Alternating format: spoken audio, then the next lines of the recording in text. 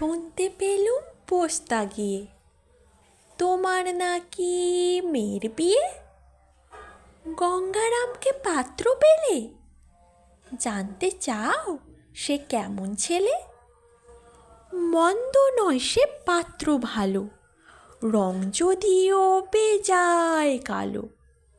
তার উপরে মুখের গঠন অনেকটা ঠিক প্যাঁচার মতন। বিদ্যে বুদ্ধি?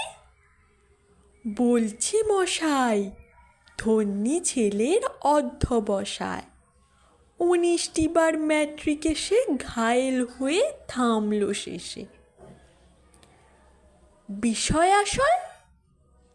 গরিব বেজায়, কষ্টে সৃষ্টে দিন চলে যায়। মানুষ তো নয় ভাইগুলো তার, একটা পাগল একটা গোয়ার। আর একটি সে তৈরি ছেলে, জাল করে নোট গেছেন জেলে।